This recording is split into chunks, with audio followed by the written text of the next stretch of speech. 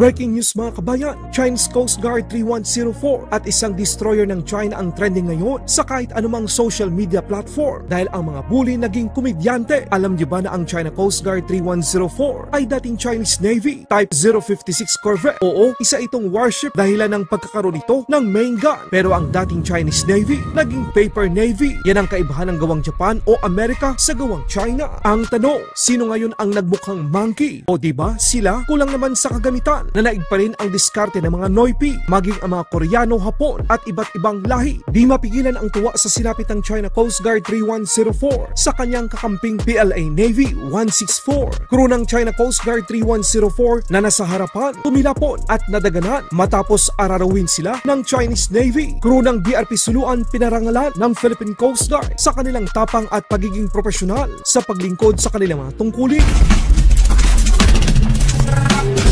Mainstream media ng China ang tahimik nila. Hindi nakapagpalabas ng kanilang propaganda matapos mismong barko ng kanilang militar ang bumangga sa isang Chinese Coast Guard habang hinahabol at binobomba nila ng tubig ang isang maliit na barko ng Philippine Coast Guard. Trending na trending ngayon sa buong mundo ang sinapit ng mga barko ng China habang binubuli nila ang BRP Suluan. Napatunayan ng Philippine Coast Guard na may tamang oras at tamang taktika silang sinasanay sa ganitong uri ng pangaharas ng China sa loob mismo ng ating exclusive economic zone. Hindi man natin ipinangangalandakan, ngunit kahit sino man sa social media, mapa-Pilipino, Koreano, Hapon o iba mang lahi sa iba't ibang dako ng mundo, sila ay natutuwa sa sinapit ng mapang-asar, mapang-api at mayabang na mga barko ng China. Kung titingnan natin ang video, gusto talagang banggain at ilagay ng People's Liberation Army Navy 164 at China Coast Guard 3104 sa peligro ang buhay ng mga crew ng BRP Suluan MRRV 4406 dahil hindi lamang isang beses tinangkang banggain ng People's Liberation Army Navy 164 ang BRP Suluan. Kahit napuruhan na ang China Coast Guard 3104 ay muli pa nitong hinabol ang BRP Suluan at ginawa ang kapares na dangerous maneuver. Pero dahil sa magaling ang officer at crew ng barko ng Pilipinas, hindi ito nahagip o nabangga ng People's Liberation Army Navy 164. Ang intensyon ng sundalo ng China ay sakan ang mga Pilipinong sakay ng MRRV 4406 pero hindi sila nagtagumpay. Panoorin ang mas mahaba at detalyadong video.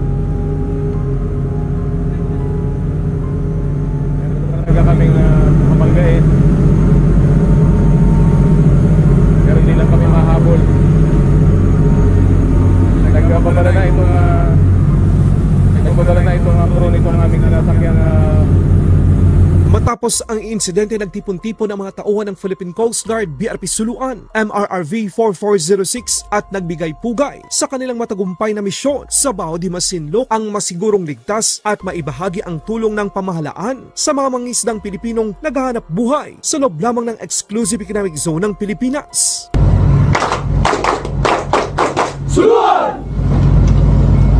Pagdating nila sa kalupaan ng bansa, agad na sinalubong sila ng mga opisyal ng Philippine Coast Guard at pinarangalan sa kanilang katapangan at pagiging profesional sa kanilang mga tungkulin.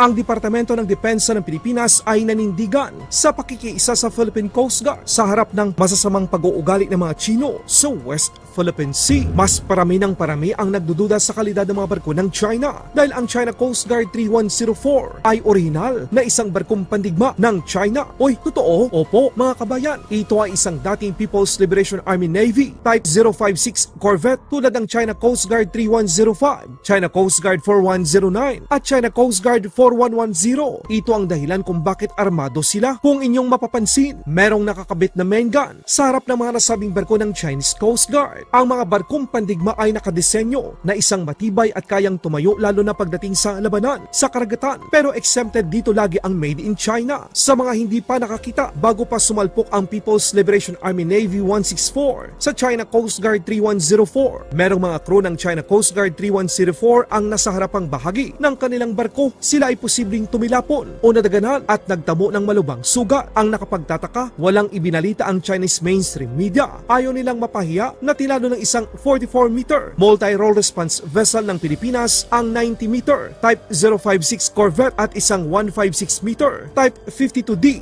destroyer ng People's Liberation Army Navy. Again, I really don't like speaking for the People's Republic of China. But what happened was, hindi yata nila na miscalculate nila na tatakbo ng mabilis yung BRP Suluan. So while the BRP Suluan increased her speed, moving further away that fast, ang China Coast Guard 3104 also increased her speed. And etong si PLA Navy, hindi to kasi katulad ng ng kotse. I think those people who were embedded sa barko natin can understand this. Kapag lumiko ka na ng sharp turn mo, hindi siya katulad ng kotse na kapag nag-brake ka, pipreno. Ibig sabihin, it will be very difficult for you to arrest such turn. So kung mabilis yung liko niya at mabilis din yung takbo ng China Coast Guard, it was very difficult for them to make it stop already. That's why the collision happened. Laban Pinas.